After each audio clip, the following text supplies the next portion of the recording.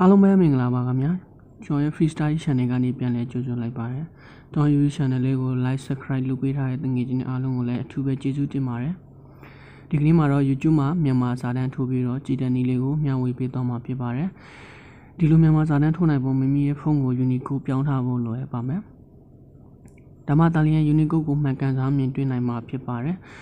ဒါဆိုရင်ကျွန်တော်ရဲ့ YouTube channel လေးကိုလည်း like subscribe လေးနဲ့အားပေးပါအောင်ခင်ဗျာပထမဆုံးကျွန်တော်ရဲ့ဖုန်းထဲမှာ browse တစ်ခုလောရပါမယ်ကျွန်တော်ကတော့ဒီမှာ Yandex browse တွေကိုလည်းအသုံးပြုနိုင်ပါတယ်တခြားမိမိနှစ်တဲ့ browse တွေကိုအသုံးပြုနိုင်ပါတယ်ဒီဗီဒီယိုဖိုင်မှာတော့ကျွန်တော် Yandex browse ကိုအသုံးပြုပြီးတော့ပြပေးထားမှာဖြစ်ပါတယ်ဒီ browse ရဲ့ link ကိုလည်းအောက်မှာရှာပေးထားမှာဖြစ်ပါတယ် browse ထဲကိုဝင်လိုက်ပြီးဆိုရင် search နေရာမှာကျွန်တော် www.youtube.com ဆိုပြီးတော့ရိုက်လိုက်ပါ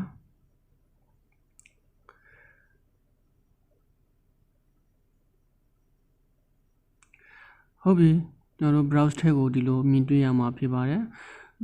device လိုမျိုးမြင်တွေ့ရမှာဖြစ်ပါတယ်ဒါကိုကျွန်တော်တို့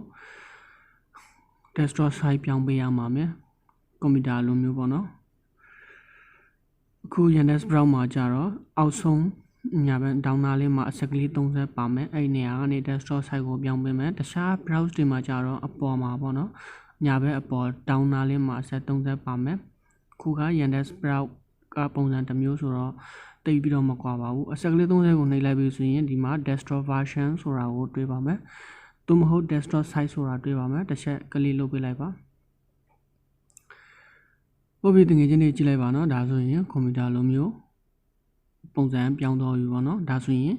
မိမိကြည့်ချင်တဲ့ video file တစ်ခုခုကိုပေါ့နော်နိုင်ငံခြား video file တစ်ခုခုကိုဝင်ကြည့်လိုက်လို့ရှိရင်မြန်မာစာတန်းကိုမှတ်ကန်တာထို့ပြီးတော့ကြည့်ရှုနိုင်မှာဖြစ်ပါတယ်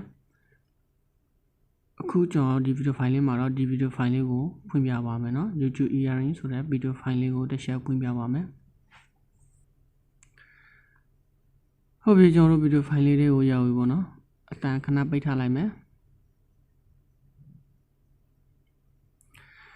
ဖုန်းရဲ့ screen ကိုနည်းနည်းရှင်းလိုက်ပါခင်ဗျာ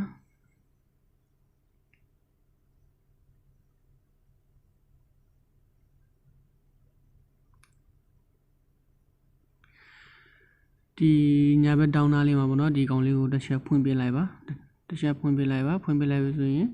ဒီမှာစာတန်းတွေပေါ်လာမှာဖြစ်ပါတယ်ဒါပေမဲ့စာတန်းက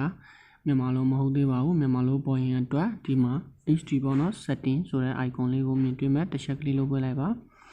ဒီလိုပေါ်လာမယ် subtitle CC1 ဆိုတဲ့ဟာလေးပေါ့နော် English auto generate ဆိုတဲ့ဟာလေးပေါ့နော်အဲ့ကောင်လေးကိုကလေးတစ်ချက်လုပ်ပေးလိုက်ပါအောက်မှာ auto translate ဆိုတဲ့ဟာလေးကိုကလေးတစ်ချက်လုပ်ပေးလိုက်ပါဒီနေရာမှာမိမိတို့ရဲ့ဘာသာစကားကိုရွေးရမယ် Burmese ပေါ့နော်ဒီမှာ Burmese ကိုတွေ့ပါမယ်ဒီမှာပေါ့နော် Burmese ကိုကလေးတစ်ချက်လုပ်ပေးလိုက်ပါ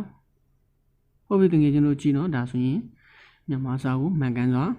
မြင်တွေ့နိုင်မှာဖြစ်ပါတယ်ဒါက Unicode ပြောင်းထားတဲ့အတွက်တကယ်လို့ Unicode မပြောင်းထားဘူးဆိုရင်မြန်မာစာမှန်မှာမဟုတ်ပါဘူးဒါဆိုရင်မြန်မာစာပြောင်းထားပြီပေါ့နော်အဲဒါကြောင့် Unicode ရဲ့အားသာချက်ကဒါတွေပါပဲဒါဆိုရင် YouTube မှာမြန်မာစာကိုသင်ချစွာဖတ်ရှုနိုင်မှာဖြစ်ပါတယ် YouTube အသုံးပြုတဲ့တငယ်ချင်းတွေပေါ့နော်ဒါဆိုရင်တငယ်ချင်းတွေအဆင်ပြေမယ်လို့လည်းမျှော်လင့်ပါတယ်